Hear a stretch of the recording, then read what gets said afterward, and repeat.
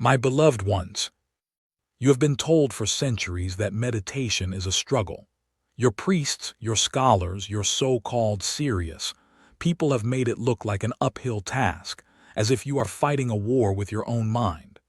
They tell you to sit still, to force your eyes shut, to repeat a mantra like a parrot, and to suppress every thought that arises. I want to tell you, this is not meditation. This is just another way of torturing yourself. The word meditation has been deeply misunderstood. In the West, it has become synonymous with concentration. But concentration is a narrowing of the mind. It is an effort. It is attention. When you concentrate, you become a specialist. You focus on one point and exclude the whole universe. Meditation is exactly the opposite. Meditation is not concentration. It is expansion. It is not a focus. It is a relaxed awareness. If you are trying to meditate, you will never succeed, because the very trier is the problem. The ego wants to achieve meditation like it wants to achieve money, power, or prestige. But meditation cannot be achieved. It is already there, deep within you, like a silent lake. You don't have to create it. You only have to stop creating the ripples that hide it. To me, meditation is simply the art of being, just being. When you sit, you just sit. If thoughts come, let them pass like clouds in the sky. Don't fight them and don't follow them. Just be a witness. Be a watcher on the hills. Meditation is not something you do for 20 minutes in the morning and then go back to being your old, miserable self. No. Meditation must become like your breathing. Whether you are eating, whether you are dancing, whether you are making love or just walking on the beach, meditation should be the silent undercurrent of your life.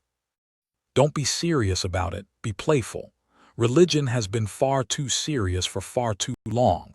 I want you to laugh your way into the divine. Meditation is not a graveyard, it is a celebration.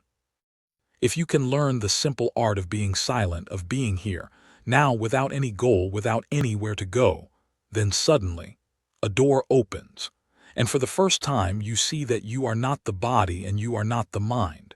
You are the vast, infinite sky of consciousness.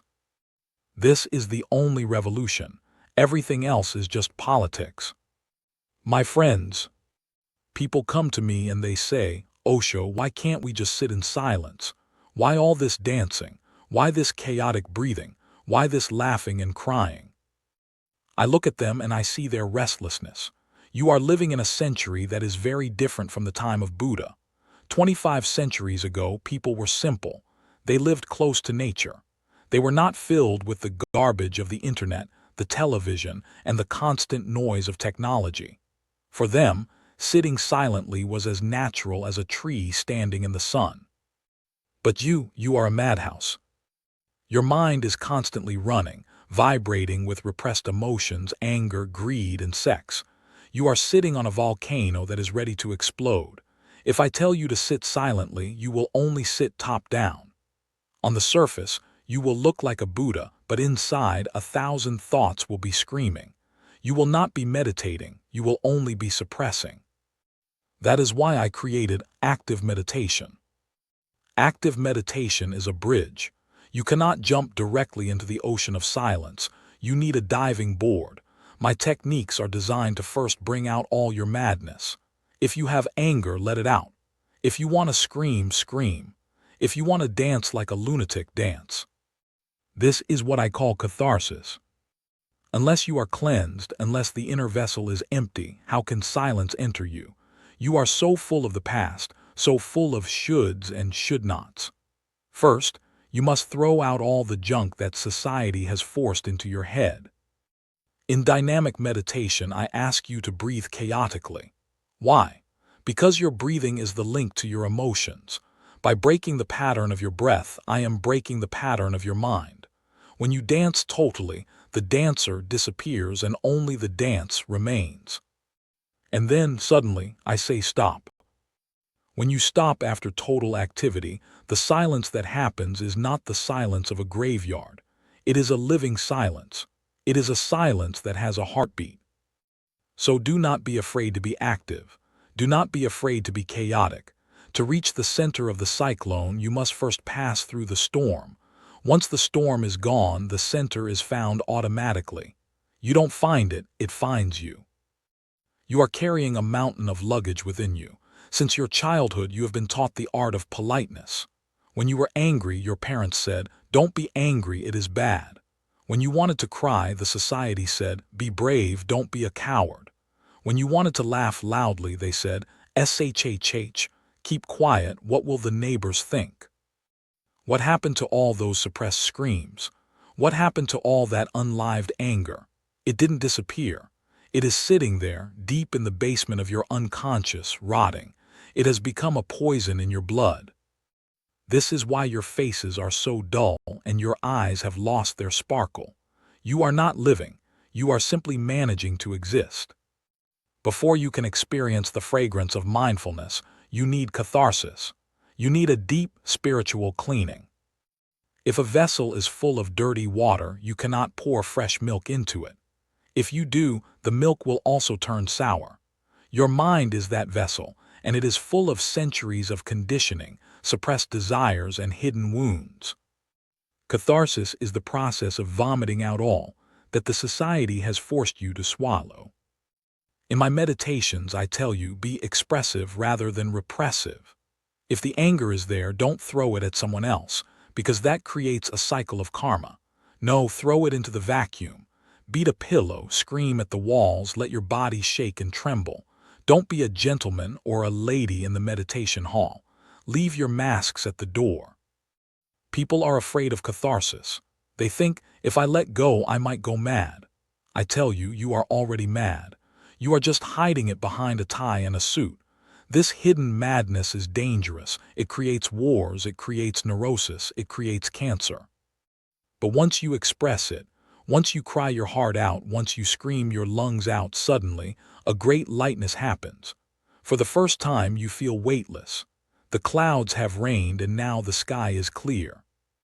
Only in a clean house can the guest arrive. That guest is silence. That guest is God. Catharsis is not the end. It is just the sweeping of the floor. But don't skip it, because without a clean floor, you will never be able to sit down and rest. Here is the fourth section, The Witness on the Hill, written in Osho's poetic and revolutionary style. This is the core of his philosophy, the transition from doing to just watching. Once you have cleaned the vessel, once the storm of catharsis has passed, a miracle happens. You find yourself standing in a space you have never known before. This is the space of the witness, what in the East we call Sakshi Bhav. Imagine you are standing on a high hill looking down at the valley below. In the valley there is a busy road. You see cars moving, people rushing, dust rising, and noise everywhere. But you are not on the road. You are high up on the hill. You see the traffic, but you are not in the traffic. You are just a watcher. This is exactly what happens in deep mindfulness. Usually you are the traffic. When a thought of anger comes, you become angry. When a thought of sadness comes, you become sad. You are the cloud. I want you to become the sky. The sky remains untouched. Thousands of black clouds may pass through it, but they don't leave a single scratch on the blue emptiness of the sky. The sky remains pure eternally. When you sit in meditation, don't try to stop your thoughts. If you try to stop them, you are still doing, and the doer is the ego. Just sit by the side of the road. Let the thoughts pass. A thought of greed comes, look at it. Say to yourself, aha, greed is passing by. A thought of sex comes, look at it. Say, aha, a beautiful cloud of desire is passing. Don't judge, don't say, this is bad or this is good. The moment you judge, you have fallen from the hill into the traffic. Judgment is the way you get hooked. If you can just watch patiently, silently, without any choice, something incredible happens. The traffic begins to thin out. The thoughts begin to disappear. Not because you force them to, but because they only live on your energy. When you stop participating, when you become just a witness, you stop feeding the thoughts. And for the first time in that gap between two thoughts, you will see who you really are. You are not the body, you are not the mind, you are not the emotions. You are the pure consciousness that is watching all of it. This watching is the ultimate key. It is the only light there is. If you can take this watcher with you into the world, while you drive, while you work, while you talk, then you are a Buddha. Even in the marketplace, you will remain on your hill. You have been told by your teachers, your scientists, and your experts that you must learn how to concentrate. They say, focus, narrow your mind, don't let anything else in. I want to tell you, concentration is a prison. Concentration is a mental tension. It is like a flashlight. It has a very strong beam, but it can only look at one small spot, and everything else is left in the dark. Concentration is of the ego. The ego loves to concentrate because it feels like it is in control, like it is achieving something. It is a doing. But meditation is not a doing. Meditation is a state of awareness. Image, contrast between a narrow spotlight, concentration, and a glowing lantern, awareness. Awareness is like a lamp lit in the center of a room. It doesn't focus on the chair, or the table, or the painting on the wall. It simply shines. And because it shines, everything in the room is revealed simultaneously. In awareness, there is no exclusion. If you are meditating and a bird starts singing, the person who is concentrating will get annoyed. He will say, "That bird is disturbing my meditation." He is at war with the bird.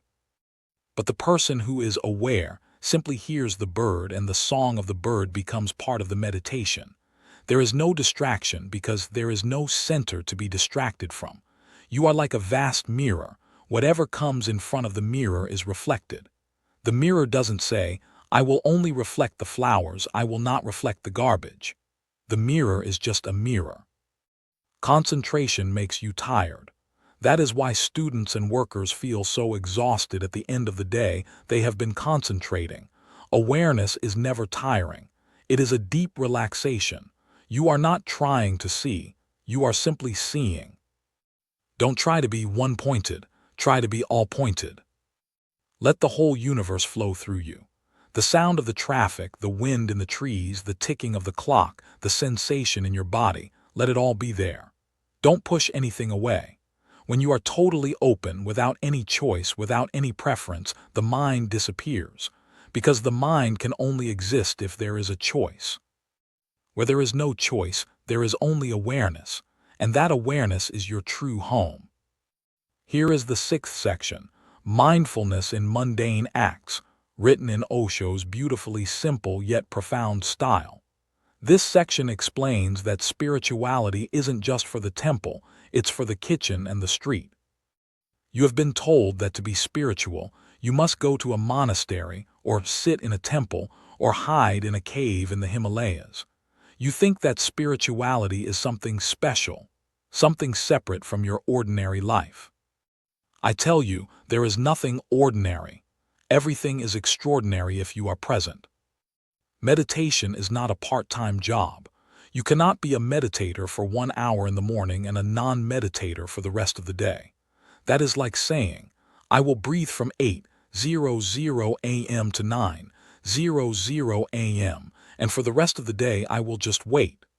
No, meditation must become your very heartbeat. To me, the mundane acts are the real test. If you can sit silently in a temple, that is easy. The environment helps you. But can you be mindful while you are chopping vegetables? Can you be a Buddha while you are washing the dishes? When you are washing a cup, wash the cup as if God Himself is in that cup. Feel the coldness of the water, the texture of the porcelain, the movement of your hands. Don't be in a hurry to finish it so you can go meditate. Washing the cup is the meditation. If you are walking, walk mindfully. Feel the earth under your feet. Let every step be a prayer. Usually when you walk, your mind is already at the destination. Your body is here, but your mind is in the office. This is a split. This is what creates tension. Bring the mind and the body together. If you are drinking tea, just drink tea. Taste it, smell it, feel the warmth. Don't think about the past, don't plan the future. Just be there with the tea. The moment you bring your total awareness to a small, mundane act, that act becomes sacred. A small room becomes a palace. A simple meal becomes a feast. Mindfulness means living life without a tomorrow. If you can do the small things with great love and awareness, you won't need any big miracles. Your whole life will become a miracle. Remember, the goal is not to reach some other world. The goal is to live in this world but with a totally different quality of consciousness. Don't wait for a holy moment. Make every moment holy. You are not one, you are three. You are a three-storied building, but you have forgotten how to move between the floors. The first floor is your body, the porch, the foundation, the temple of your biology. The second floor is your mind, the world of thoughts, logic, and dreams. And the third floor, the hidden one, is your soul, the vast, empty, silent space of your true being. Usually these three layers are disconnected. Your body is doing one thing, your mind is thinking another, and your soul is completely forgotten. You are living in a state of civil war within yourself. This is why you feel so much tension, so much anxiety. You are pulled in three different directions. Mindfulness is the bridge. When you start becoming aware of your body, of your breathing, of the way you walk, of the sensations on your skin, you are creating the first link. This is body awareness. It grounds you. It brings you out of the head and back into the here. But don't stop there. As your awareness grows deeper, it starts to perceive the movements of the mind. You begin to see your thoughts as if they are objects outside of you. You see your anger, you see your greed, you see your joy. This is the second link. And then a mystery happens. When the bridge between the body and the mind is strong, you suddenly realize that you are neither.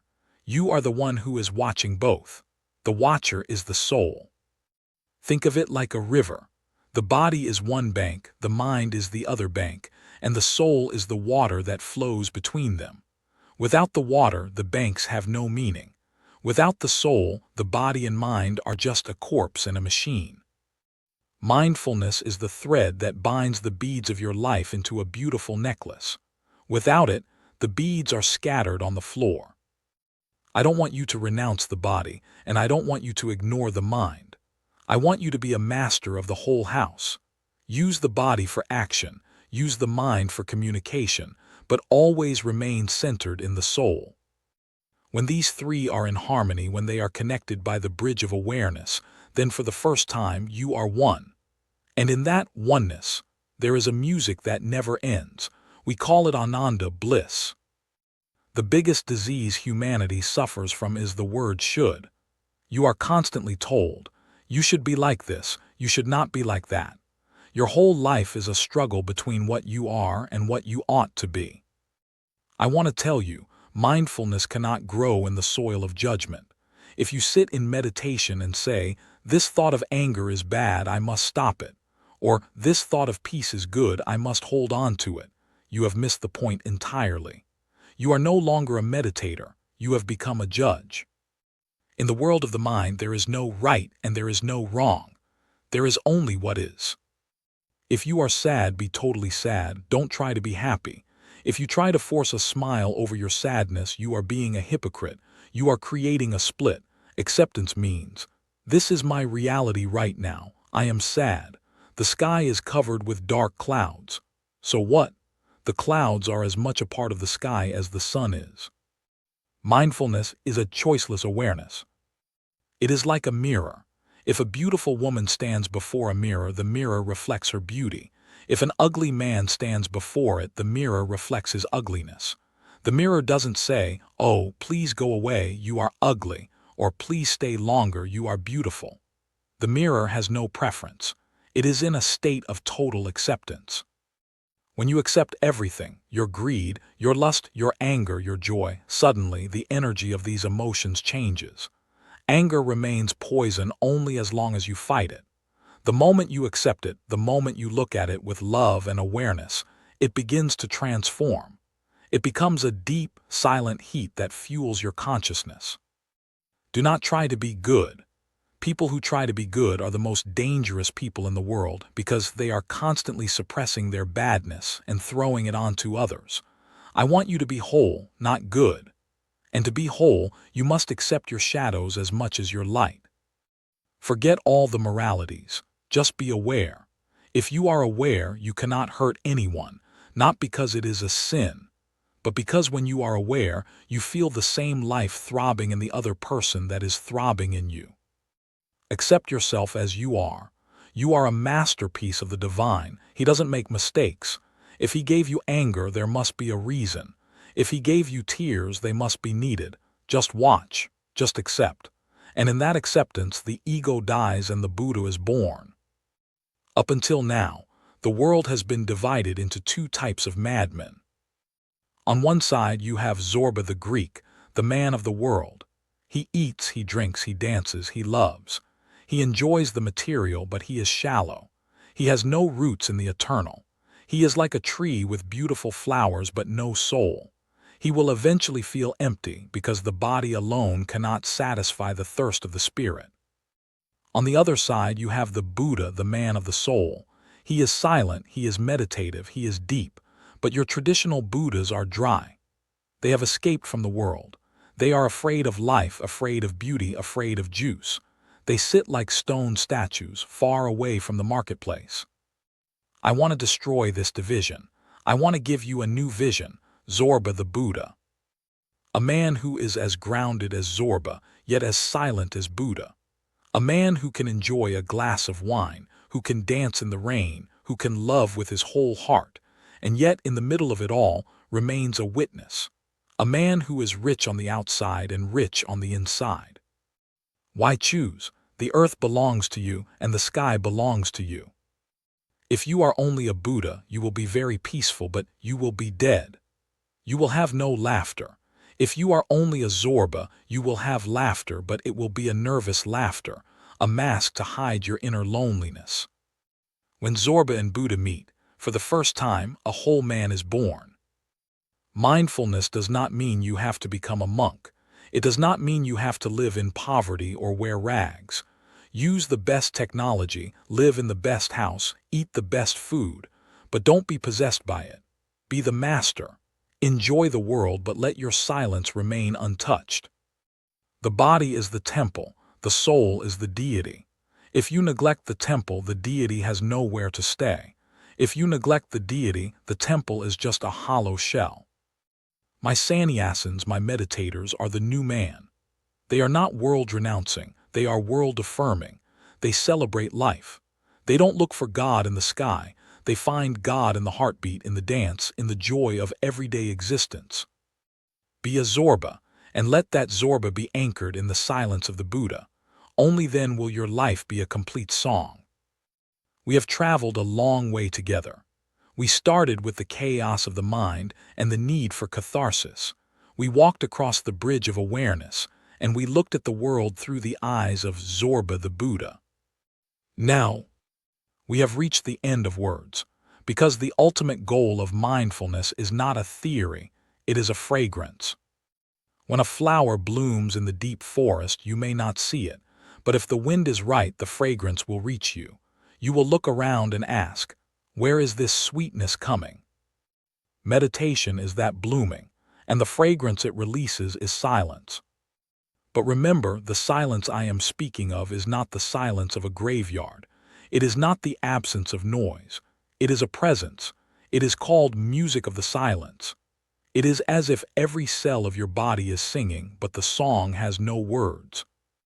When you become truly mindful, people will start noticing a change in you. They won't know what it is, but they will feel a certain peace in your presence, a certain grace in your movements, a certain depth in your eyes. That is the fragrance. You don't have to advertise it. You don't have to say, I am a meditator. The fragrance speaks for itself. Do not be in a hurry. Just keep on watching, keep on witnessing, and keep on celebrating. Mindfulness is not a destination you reach tomorrow. It is a way of living today.